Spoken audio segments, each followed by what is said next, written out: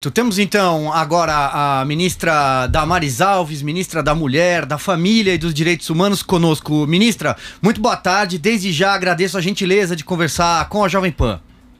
Boa tarde, uma alegria estar com vocês de novo. Pois bem, ministra, eu queria fazer então aqui uma primeira pergunta. Eu acompanhei uma fala da senhora recente sobre aumento de casos de violência contra a mulher nesse período de isolamento em que as pessoas obviamente estão ficando mais tempo em seus domicílios. Eu queria que a senhora apontasse pra gente alguns números, os dados que a senhora já detém e se é possível mapear isso em determinadas regiões do país, em determinados estados, inclusive se é mais frequente em regiões da periferia, por exemplo? Olha, nós temos indicadores aqui no Brasil, considerando o nosso Disque 100 e o nosso Ligue 180.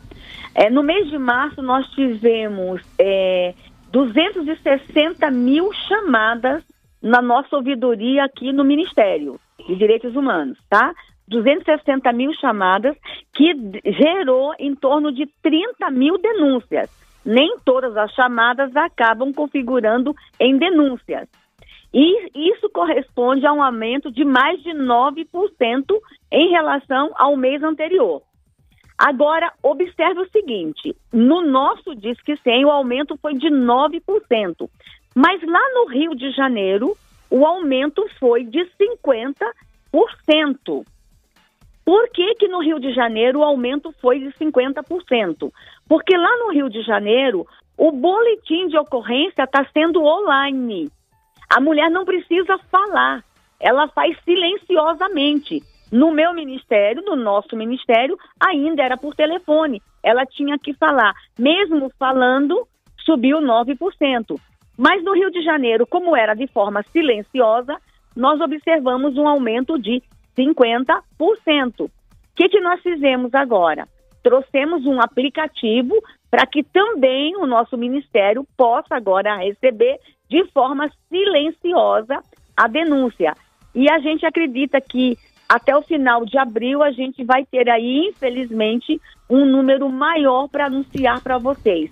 A exemplo dos países europeus, que realmente, durante a quarentena, a violência contra a mulher subiu muito nos países europeus e a denúncia foi registrada no número alarmante nos países europeus. Então, no Brasil, segundo a nossa ouvidoria, o aumento foi em março de 9%, mas no Rio de Janeiro a indicação é de mais de 50%. Ministra, boa tarde. Paulo Matias aqui falando. Eu queria fazer uma pergunta para a senhora sobre exatamente esse tema abordado da violência doméstica, né? A gente vê ampliações dos índices de violência domésticas em vários estados brasileiros. Nos últimos dias, o estado do Rio de Janeiro teve uma ampliação de 50% do número de chamadas referentes a esse tema.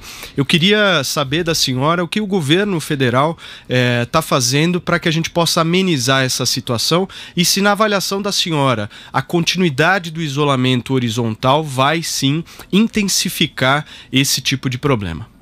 Olha, o que nós estamos fazendo, o nosso papel como ministério é garantir que a rede de proteção continue funcionando e deixar isso muito claro para a mulher de que a rede está funcionando, que a mulher não fique desesperada de que a rede não funciona e de que ela não tem para onde ir. Então, ontem nós começamos a dizer claramente para a sociedade, estamos usando todas as redes, todas as formas de comunicação, e eu aqui agradeço vocês essa oportunidade. É um programa muito ouvido, é uma emissora que chega a todos os lugares para dizer para todas as mulheres que estão em casa agora me ouvindo, dizer o seguinte: a rede de proteção está em pleno funcionamento, você não está sozinha. Nós estamos aqui para te acolher, nós vamos te proteger, nós temos condições de te proteger, você não vai ficar na rua. Inclusive dizer o seguinte para as mulheres: nós temos abrigos, o poder público tem abrigo para te tirar de casa. Inclusive dizer para a população o seguinte: se os abrigos públicos chegarem a lotar, se a violência contra a mulher subir de tal forma que os abrigos públicos chegarem a lotar, nós já estamos conversando com o Ministério de Turismo e nós já estamos buscando uma medida para usar os hotéis, a exemplo dos países europeus, em que o governo e as autoridades públicas precisaram usar hotéis e pousadas para abrigar mulheres vítimas de violência. No Brasil também já estamos conversando, o ministro do Turismo ontem já sinalizou que a rede hoteleira vai estar à disposição, caso necessário, no Brasil, para a gente abrigar mulheres e crianças vítimas de violência nesse período. Então, mulheres brasileiras, você não é obrigada a ficar nesse ciclo de violência por causa do coronavírus. Se estiver sendo vítima de violência, pode chamar a polícia 190 ou pode ligar para o nosso ministério 180. Os canais estão abertos 24 horas e a nossa resposta vai ser imediata. E o nosso papel é garantir que a rede de proteção funciona. E a gente tem a Patrulha Maria da Penha nas ruas, nós temos a Casa da Mulher Brasileira funcionando 24 horas em algumas capitais, e a polícia está aí à disposição, as delegacias estão funcionando, nós vamos proteger as nossas mulheres. Muito bem, ministra, Silvio Navarro de novo, queria fazer uma pergunta para a senhora em relação a um outro aspecto do seu ministério, que é a questão da família, né? A sua pasta abarca, além da questão da mulher, a questão da família, e claro que está totalmente intercalado, né? Ligado, e também a questão de direitos humanos. A gente sabe que um aspecto muito importante para as famílias é a questão dos templos, é a questão das igrejas que estão temporariamente fechadas para evitar aglomerações, atendendo a orientação da Organização Mundial de Saúde e dos demais órgãos, inclusive brasileiros. Como é que faz para famílias que muitas vezes buscam, inclusive, apoio psicológico na figura de um pastor, na figura do padre, na figura de um pároco, na figura de um líder religioso, especialmente em regiões mais carentes do nosso Brasil? Que recado a senhora tem para essas pessoas, uma vez que os templos, que as igrejas estão fechadas? Olha, foi pensando exatamente nisso que o presidente Bolsonaro trouxe os templos religiosos como atividades essenciais. Porque quando nós que estamos nos grandes centros, pensamos nos templos religiosos, a gente pensa nas grandes aglomerações. Mas lá no interior da Amazônia, é a paróquia que a mãe que está desesperada procura é o padre na hora do socorro.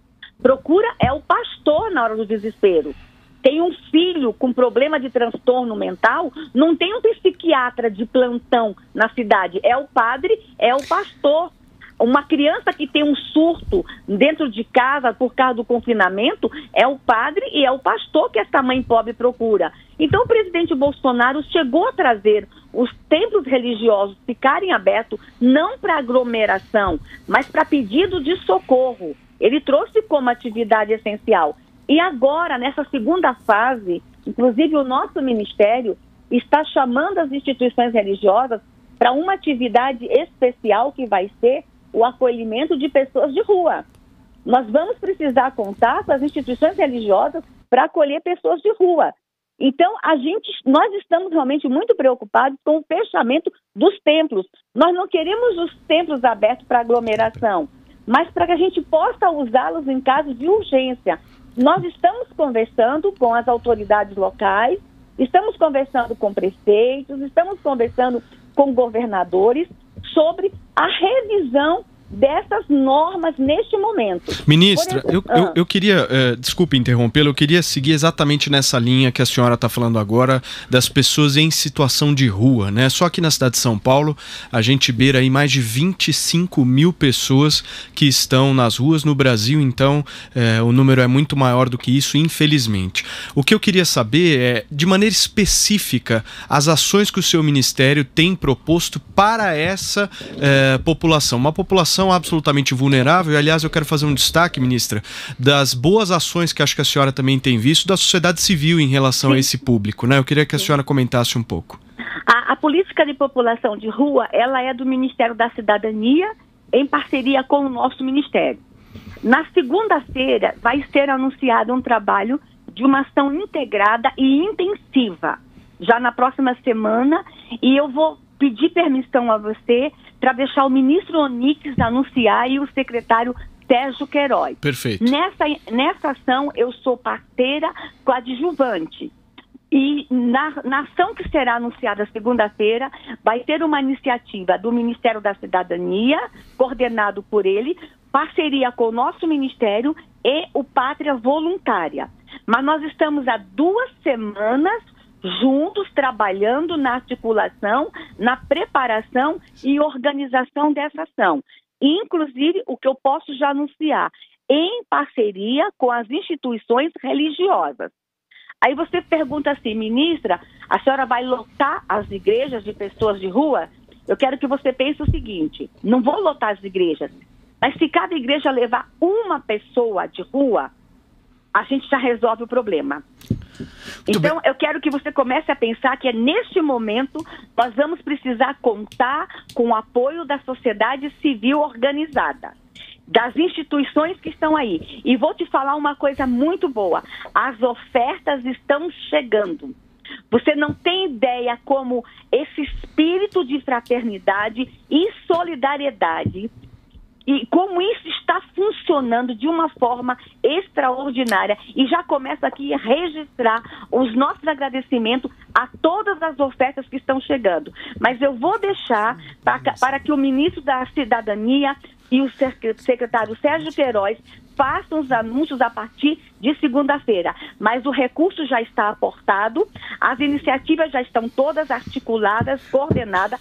Toda a população de rua vai ser alcançada a partir da próxima semana. Perfeito. Nas grandes cidades e nas pequenas cidades também. Perfeito, ministra. Ministra, eu queria fazer uma última pergunta aqui para a senhora, referente à sua opinião pessoal aí como ministra, sobre essa questão do isolamento, né? A gente fala muito de saúde, fala muito de economia, há um debate também agora sobre segurança pública, mas eu vejo poucas pessoas falando da questão psicológica desse isolamento, né? Eu queria saber da senhora qual que é a linha final aí desse isolamento, né? Quanto tempo a senhora imagina que essas famílias, porque se a gente ficar em isolamento num apartamento de 100 metros quadrados, 150 metros quadrados, 80 metros quadrados, tudo bem, dá para ficar. E uma pessoa que vive junto com mais 8 pessoas, 7 pessoas, numa casa, num espaço de 20 metros quadrados, de 30 metros quadrados, de 10 metros quadrados, enfim, eu queria uma avaliação aí da senhora sobre esse tempo que ainda há para o isolamento, e se há.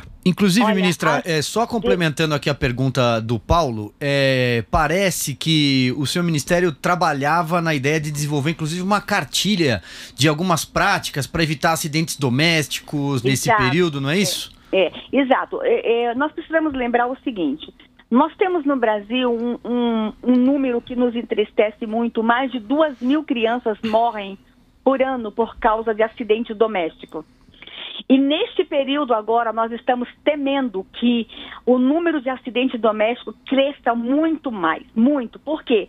As crianças estão dentro de casa, é muita energia e elas estão brincando dentro de casa o tempo todo.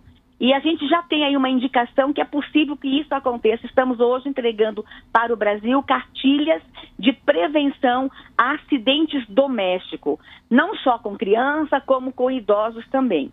Mas eu preciso falar sobre essa questão do aspecto emocional. O nosso ministério, desde o início, nós estamos trabalhando a prevenção no Brasil do suicídio e da automutilação.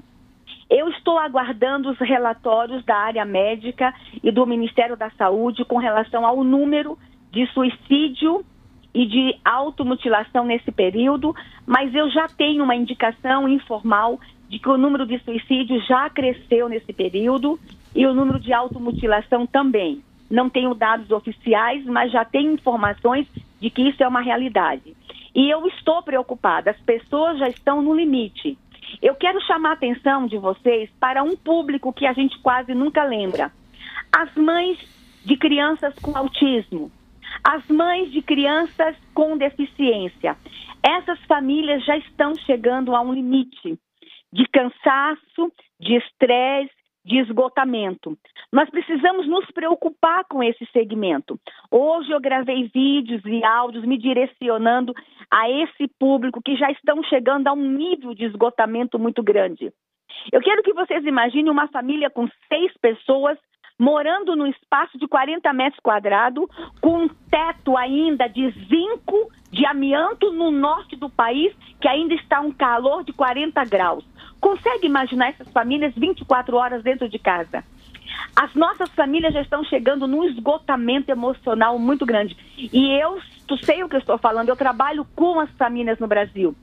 Nós estamos muito preocupados com esse esgotamento emocional.